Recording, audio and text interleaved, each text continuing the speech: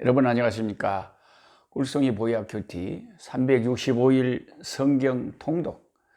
오늘은 192일째로서 전도서 4장에서 6장 말씀까지 말씀 공부하겠습니다. 여러분 성경 전도서 4장을 펼쳐 놓으시기 바랍니다. 전도서 4장 이제 하기 전에 제가 어제 전도서 1장부터 3장을 하면서 전도서의 서론도 하고 그러면서 제가 여러분이 읽을 때 좀 혼동할 수 있는 말씀을 설명을 못 빠뜨린 것 같아서 이것은 꼭 좀 설명을 드리고 가겠습니다. 그 전도서 3장 21절에 이런 말씀이 있죠. 인생들의 혼은 위로 올라가고, 여기서 혼은 영이라고도 주석이 밑에 돼 있죠. 인생들의 영은 딱 죽으면 어떻게 돼요? 육은 이제 죽음이란 것은 자기가 원래 있던 곳으로 돌아가는 게 죽음이니까, 우리 육체는 흙에서 왔으니까 다시 흙으로 썩어서 흙으로 돌아가고, 우리의 영은 영이신 하나님께로부터 왔으니까 내 영혼이 하나님 나라에 이제 하나님께로 돌아가는데 위로 올라간다. 위로 올라가요. 물론 안 믿는 사람들의 영도 위로 올라가지만 그 사람들은 이제 하나님이 계신 하늘나라에 가지를 못하고, 마귀와 그 종자들을 위해서 예비된 불못, 불구덩이, 그 무서운 심판의 장소로 이제 그 어리석은 부자처럼 뜨거운 곳에 떨어지는 거죠. 근데 올라가는 것은 올라가는 거예요. 근데 천국으로 올라가느냐, 이제 심판받을 장소로 올라가느냐, 이게 인생들은 차이가 나는 거예요. 천국 올라갈 사람들은 예수님의 이름을 믿어야 돼요. 예수님이 천국 티켓이에요. 예수 붙잡으면 거기에 천국이 있습니다. 예수가 없으면 천국 없습니다. 인생들의 영은 위로 올라가고, 짐승의 혼은 아래 그 땅으로 내려가는 줄 누가 알랴. 그리고 이 혼을 킹제임스 버전은 짐승의 영이라고 또 해놨거든요. 그러면 짐승도 영혼이 없다고 우리는 지금까지 짐승에 대해서 배웠는데, 여기는 짐승의 영은 아래로 땅으로 내려간다. 근데 이제 이게 우리가 문맥을 통해서 그래서 신학이라는 게 참 중요한데요. 그 신학의 관점에서 볼 때에 짐승이 영이 없잖아요. 인간이 영이 있지.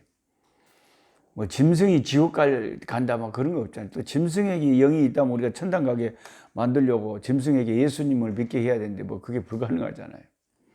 그러니까 푸뉴마라고 하는 이 영이 히브리어로 그 문맥에 따라서 하나의 숨, 우리의 호흡, 생명으로도 얼마든지 번역이 될 수가 있는 거예요. 그러니까 짐승의 생명은 죽으면 그걸로 끝이다 이거예요. 흙으로 돌아가 버린 거예요. 아래로 내려가 버린 거예요. 그러나 인생들은 다릅니다. 인생들은 존귀해서 그 영이 있기 때문에 하나님 앞에 서느냐 불못에 들어가느냐 그 차이가 있을 뿐이죠. 근데 어떤 아주 강아지를 예뻐하고 개를 좋아하는 사람이 한국에 많잖아요, 요새. 개를 좋아하는 사람 많잖아요. 근데 내가 정말 사랑했던 우리 집의 그 애견, 근데 죽었어요? 죽었는데 과연 내가 천국 가면 그 애견도 천국에서 꼬리를 흔들고 날 만날 수 있을까?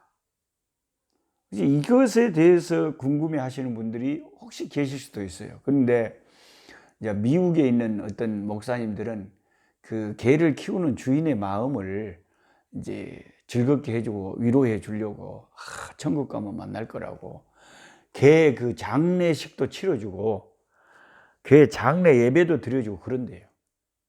그러나 사람을 위로하는 것은 위로하는 거고 진리는 진리지, 우리가 학식치 않은 것을 위로한답시고 진실하게 말하지 않는 것은 주의 종이 할 일이 아니죠. 그래서 저도 뭐 천국 가봐야 알겠지만 거기에 꼭 뭐 하나님이 이 세상을 지으실 때 사자도 지으시고 호랑이도 지으시고 개도 지으셨는데 또 하늘나라에도 역시 물도 강도 있고 생명수 강도 흐르고 이렇게 예?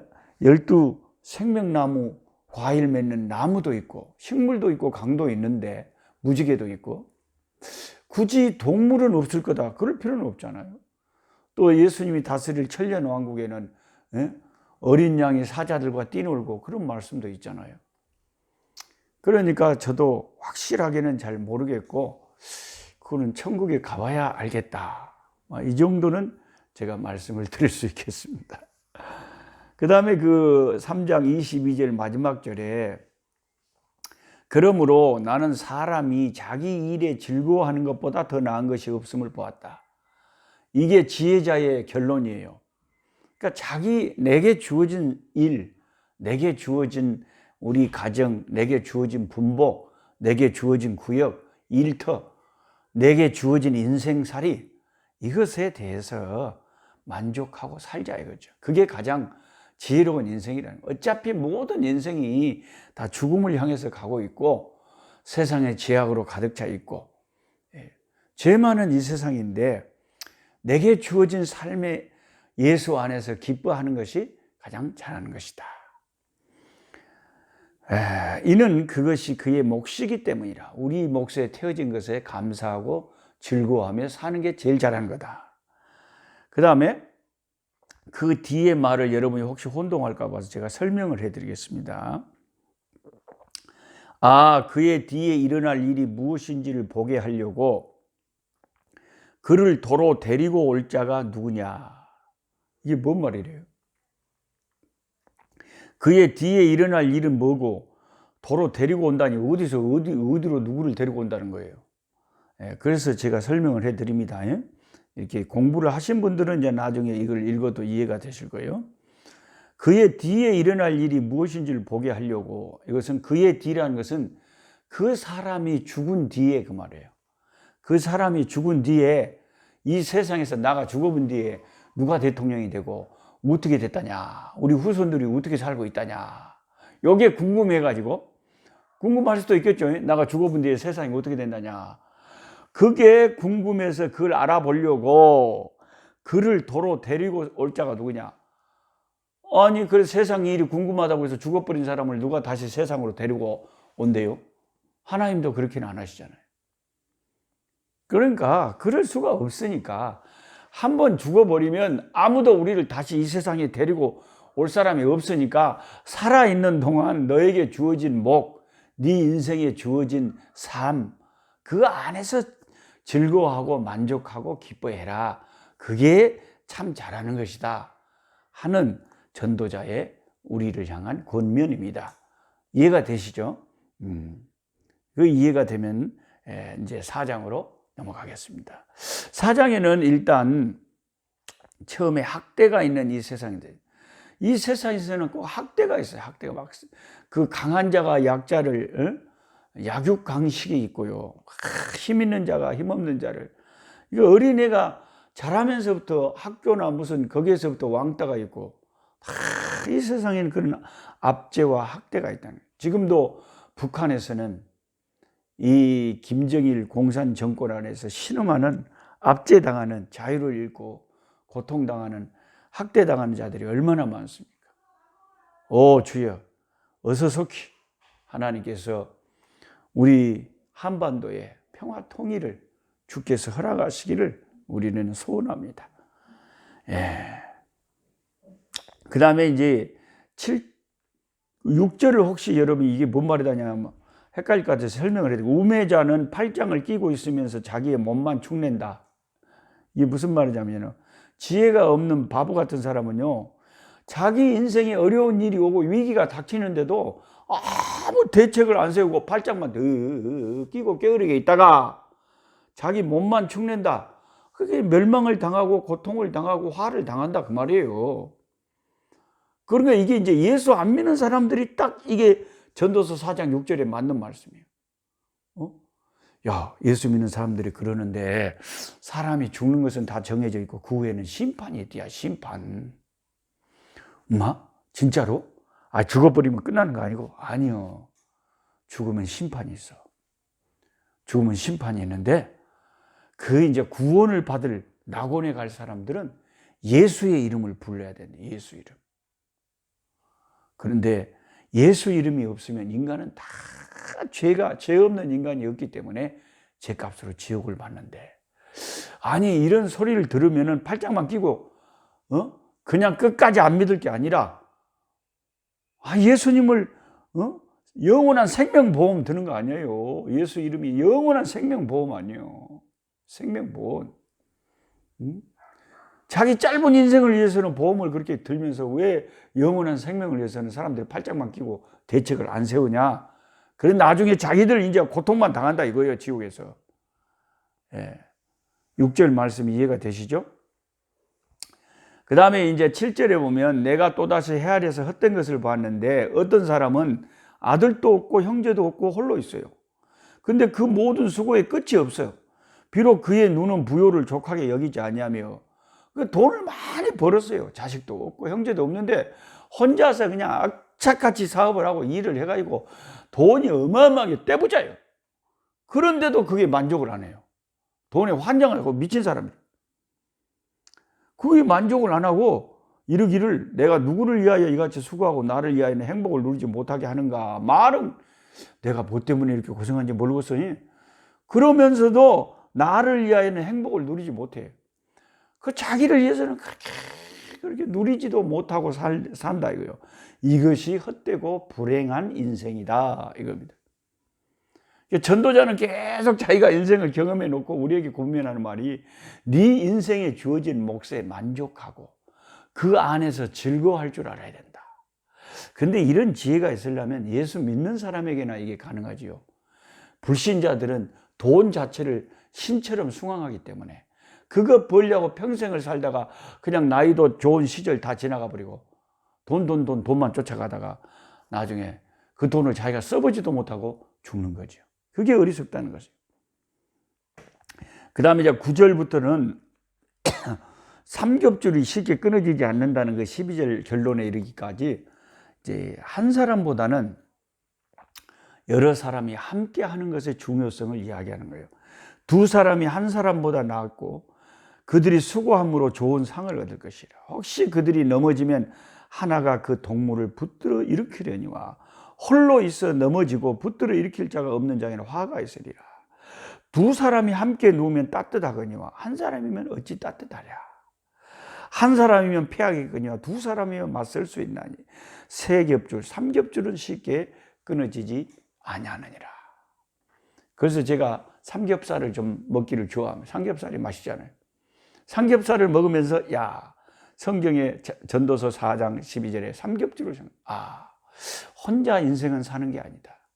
하나님을 섬길 때도 마찬가지예요. 그래서 참 교회 생활이 중요한 거예요. 함께 신앙생활해야 서로 옆에서 붙잡아주고 내가 연약할 때 기도해주고 이게 얼마나 우리 사람한테는 필요한지 몰라요. 그 다음에 4장 13절부터는 이게 무슨 말인지 여러분이 이해가 힘드실 수 있으니까 제가 간단히 설명을 드리자면 가난한 젊은이가 있었어요. 근데 이 사람이 자수성가를 한 거예요. 엄청 가난했는데 이 사람이 커가지고 나중에 이제 왕까지 된 거예요. 왕 옆에서 잘 시중을 들다가 이제 왕이 갑자기 죽고는 이 사람이 왕이 된 거예요. 그런데 많은 백성들이 그를 따르고 해도 이렇게 아무것도 아닌 가난한 데서 자수성가해서 왕까지 된다고 해도 그 인생이란 것이 뭐 대단한 거냐. 나중에는 이것도 헛되어 바람을 잡는 것이다. 그것도 별거 아니다 이거죠.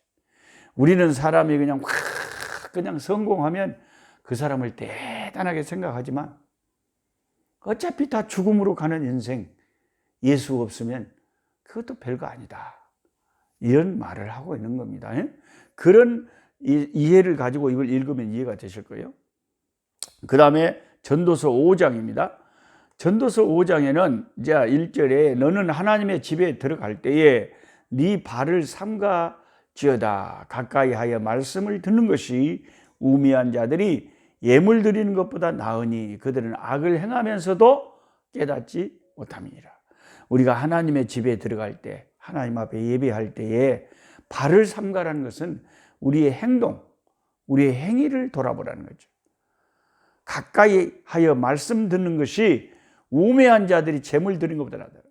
그러니까 행동을 올바로 하나님 앞에 살지 않으면서 제물 갖다 드리고 제사 드리고 예배 드리는 것보다 말씀을 가까이 듣고 또 내 삶에서 하나님을 바로 섬기는 것이 중요하다, 이런 말씀을 하고 있습니다. 그 다음에 이제 7절에 꿈이 많으면 헛된 일들이 많아지고 말이 많아도 그러하니 오직 너는 하나님을 경외할지어다. 그러니까 막 사람이 막 이 꿈도 꾸고 저 꿈도 꾸고 막 생각도 많고 계획도 많고 이러면 이제 헛된 일들이 많아진대요. 말도 막 이 말했다 저 말했다 말을 또 많이 하면 또 역시 그것도 헛되대요. 하나님을 차분하게 경외하면서 내가 이제 무슨 꿈을 갖지 말라는 건 아닙니다. 근데 꿈을 갖되 차분하게 하나님의 인도하심을 받고 하나님 앞에 기도하면서 하나님께서 내 생각과 마음과 뜻을 아시니까 사람의 경영은 우리가 하지만 그 결론, 그 결과를 이끌어 주시는 이는, 이끌어 내시는 이는 하나님이신 줄 우리가 믿습니다. 그 다음에 이제 10절부터 보면 그 재물과 부요와 존귀, 우리 인간이 추구하는 것들 아닙니까? 그런 것에 대해서 이야기하면서 그런 것도 결국은 솔로몬이 보니까 다 헛된 것이다. 다 헛된 것이다. 일평생을 17절에 어두운 데서 먹으며 많은 근심과 질병과 분노가 그에게 있다. 그러니까 뭐 가난한 노동자들은 노동자대로 이제 근심이 없는 건 아니지만 그래도 그 사람들은 단순해 가지고 잠을 달게 잔대요. 돈이 없는 가난한 사람은 하루 종일 피곤하게 일하니까 이제 쓰러져서 푹 잠을 달게 자는데 돈 많은 부자는 그 잠을 달게 못 잔대요. 여기 지금 우리 이 마다가스카르도요, 집만 나가 보면 길가에 확 뿌시뿌시다 그래요. 자전거 뒤에다가 이제 의자를 놔두고, 옛날에 우리 뭐 일제시대나 그런 거 있잖아요. 영화를 보면. 그걸 이제 뭐 방글라데시 저기서는 인도나 저는 릭샤다 그러고 여기는 뿌시뿌시다 그러는데, 사람이 그냥 뭐 하루 종일 그 가난한 사람들이 온 거리에, 옛날에 우리 아이스케이크 장사들처럼 온 거리를 자전거가 이렇게 다녀요.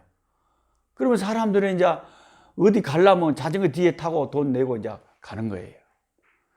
그러면 생각해 보여. 하루 종일 길거리에서 그 차 매연 가스 마시고 떼약볕 밑에서 계속 자전거를 몰고 여기 갔다 저기 갔다 아이스케이크 장사처럼 그렇게 하루 종일 아침부터 밤 늦게까지 그 자전거 사람 뒤에 태우고 그거 하다가 저녁에 집에 가면 얼마나 피곤하겠어요. 그러니까 그냥 푹 쓰러져 자고 아침에 또 일찍 나오고 잠을 달게 자는 거예요.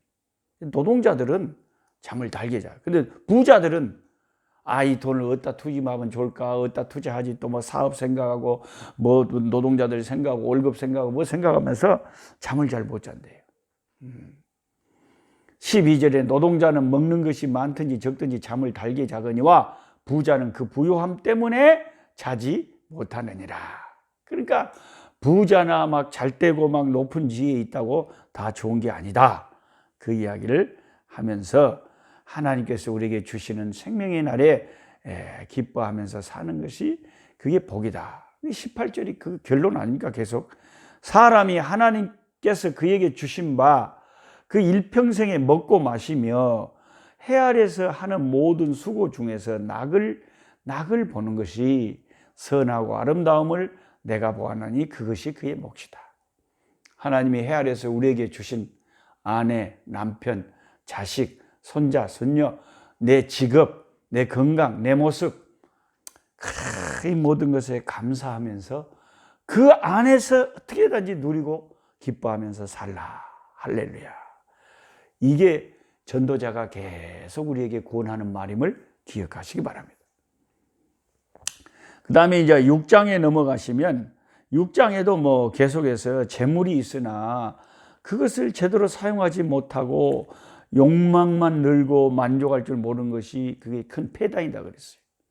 6장 1절에 내가 해 아래서 한 가지 불행한 일이 있는 걸 보았나니, 이는 사람이 마음을 무겁게 하는 것인데 어떤 거냐면 2절에 그의 영혼이 바라는 모든 소원에 부족함이 없이 재물과 부여와 존귀를 하나님께 받았어요. 굉장히 부자가 된 거예요. 하나님께서 그가 그것을 누리도록 허락하지 아니하셨어요. 근데 그 받기는 받았는데 누리지를 못해. 다른 사람이 누려요, 이걸. 이것이 그러니까 참 기가 막히고 헛되고 악한 병이라는 게, 참 벌기는 내가 고생해서 벌어놓고 누리기는 딴 사람이 누린다. 누리게 하시는 이도 하나님이시라는 거지. 예. 그 다음에 3절에 보면 사람이 비록 100명의 자녀를 낳고, 뭐 100명까지 낳겠습니까? 많은 말을 하자면요, 그렇게 자식들이 무수하고 또 장수하고 장수하는 날이 많을지라도 그의 영혼은 그러한 행복으로 만족하지 못하고, 우리 영혼은 장수나 자식이나 세상에 있는 것으로 만족하는 게 아니고 우리 영혼은 성령으로 만족하고 말씀으로 만족하고 하나님의 사랑으로 만족하는 거예요. 영혼이 만족하는 건 달라요. 또 그가 안장되지 못하면 나는 이르기를 낙태된 자가 그보다 낫다. 진짜 극단적으로 말하네요, 솔로몬이. 안장되지 못한다, 이 말은 이 퓨너럴, 장례를 누가 치러줘야 되는데 자식이 100명이나 있는데 한 명도 제대로 그 사람의 장례를 못 치러준 일이 생긴다는 거예요. 그러면 이 사람은 어떤 사람이냐? 낙태된 자가 그보다 낫다. 이런 성경을 오해하셔가지고 여러분, 낙태가 성경에서 있다, 낙태해도 된다, 이렇게 성경 구절을 악하게 인용하면 안 됩니다. 절대 그렇게 이단처럼 그러면 안 됩니다. 성경에 어디도 낙태를 권장하는 말씀이 없어요. 여기 낙태된 자라는 말은 자연유산된 자를 말하는 거예요. 자연유산, 어보션. 이게 그 일부러 사람이 사람 생명을 죽이는 그런 어보션 낙태가 아니고, 그 아기가 있었는데 그 잘못해서 엄마 뱃속에서 아기가 유산되는 경우가 있잖아요. 그걸 말하는 거예요. 성경은 절대 낙태를 권하지 않습니다. 낙태는 사람의 생명을 죽이는 것이기 때문에 살인죄죠. 그러니까 차라리 세상에 태어나지 않고 유산된 사람이 세상에 태어나가지고 뭘 많이 가졌는데 결국 그 영혼이 하나님이 없이 살다가 누리지도 못하고 죽었는데도 누가 제대로 장례 하나도 제대로 치러주는 사람이 없는 사람은 불행한 인간이다. 그런 말씀을 하고 있습니다.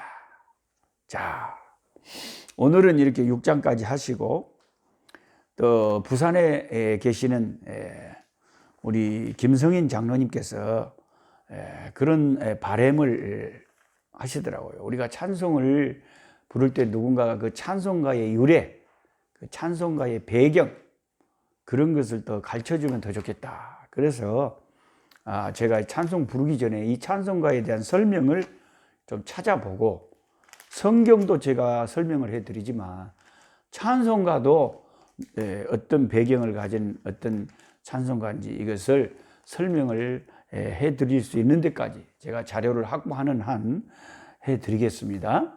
오늘은 3장, 삼위일체 하나님께 찬송하는 3장 찬송인데요.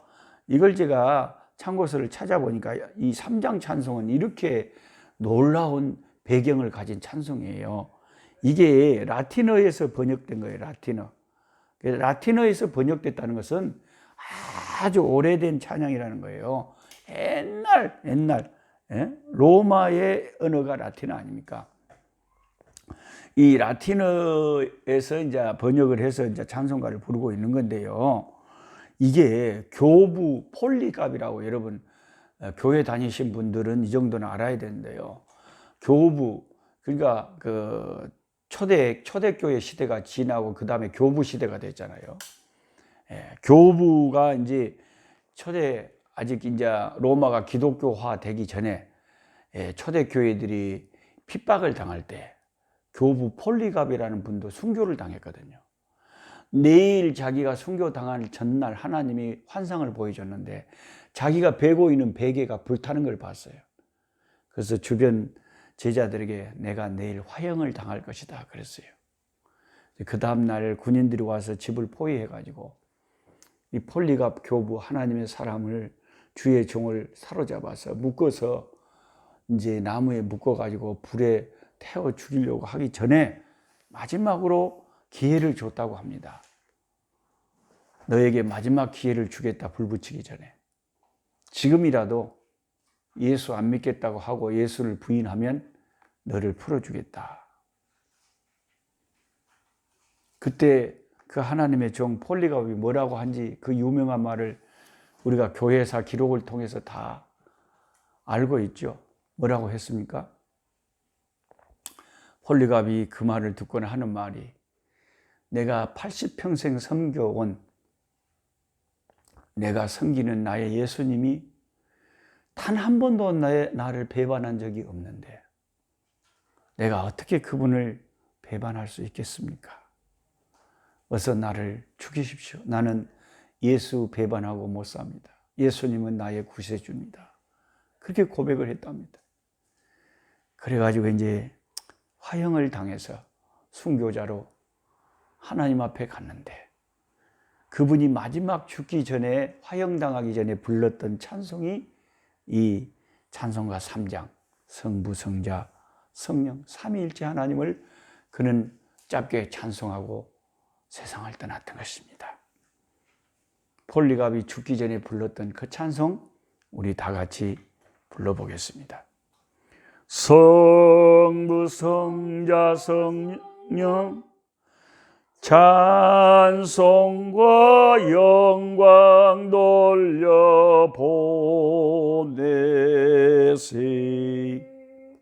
대초로 지금까지 또 영원 무궁토록 성삼위께 영광